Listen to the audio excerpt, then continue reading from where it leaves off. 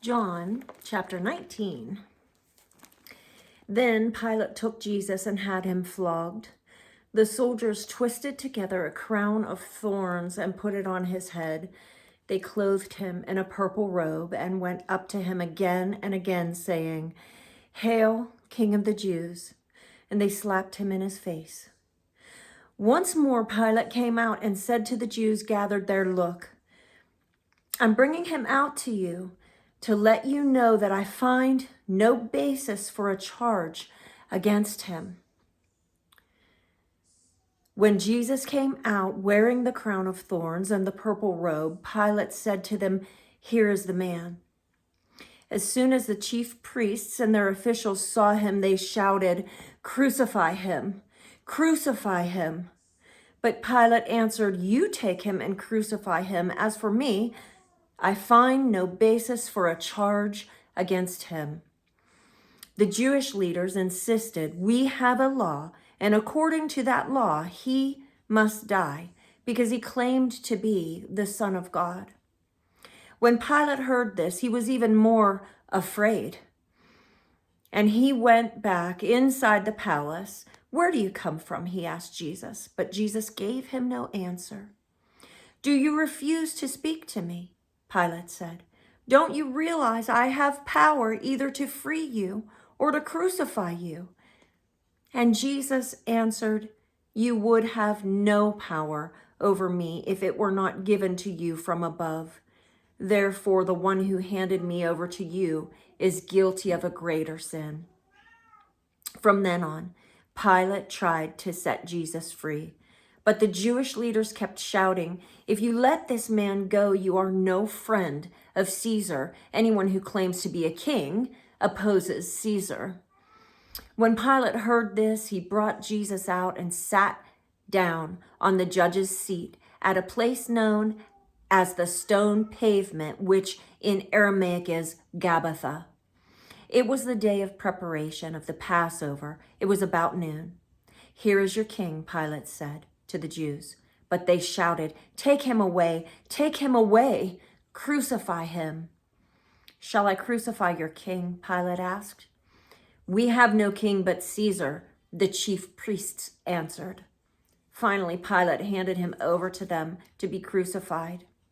So the soldiers took charge of Jesus. Carrying his own cross, he went out to a place of the skull, which in Aramaic is called Golgotha. There they crucified him, and with him 2 others, one on each side, and Jesus in the middle. Pilate had a notice prepared and fastened to the cross. It read, "Jesus of Nazareth, the King of the Jews."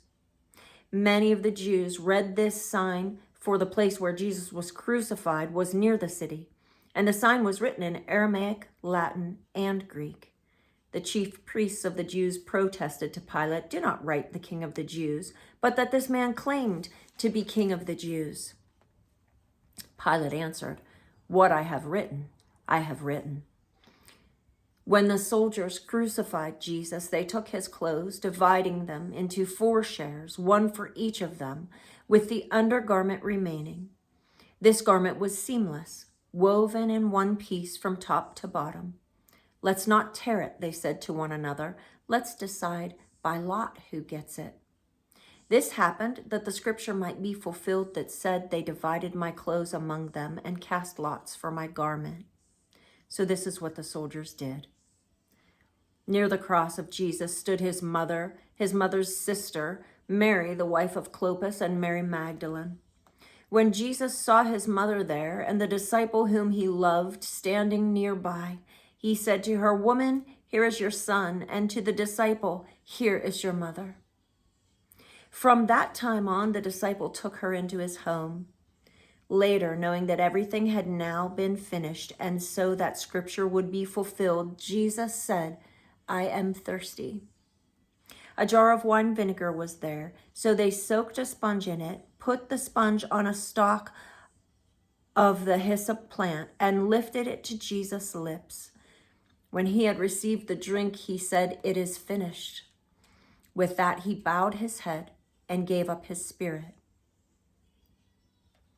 Now it was the day of preparation, and the next day was to be a special Sabbath, because the Jewish leaders did not want the bodies left on the crosses during the Sabbath. They asked Pilate to have the legs broken and the bodies taken down. The soldiers therefore came and broke the legs of the first man who had been crucified with Jesus, and then those of the other. But when they came to Jesus and found that he was already dead, they did not break his legs. Instead, one of the soldiers pierced Jesus' side with a spear, bringing a sudden flow of blood and water. The man who saw it has given his testimony, and his testimony is true. He knows that he tells the truth, and he testifies so that you also may believe. These things happened so that Scripture would be fulfilled. Not one of his bones will be broken, and as another Scripture says, they will look on the one they have pierced. Later, Joseph of Arimathea asked Pilate for the body of Jesus. Now Joseph was a disciple of Jesus, but secretly, because he feared the Jewish leaders. With Pilate's permission, he came and took the body away. He was accompanied by Nicodemus, the man who earlier had visited Jesus at night. Nicodemus brought a mixture of myrrh and aloes, about 25 pounds. Taking Jesus' body, the two of them wrapped it with the spices in strips of linen. This was in accordance with Jewish burial customs. At the place where Jesus was crucified, there was a garden. And in the garden, a new tomb, in which no one had ever been laid. Because it was the Jewish day of preparation, and since the tomb was nearby, they laid Jesus there.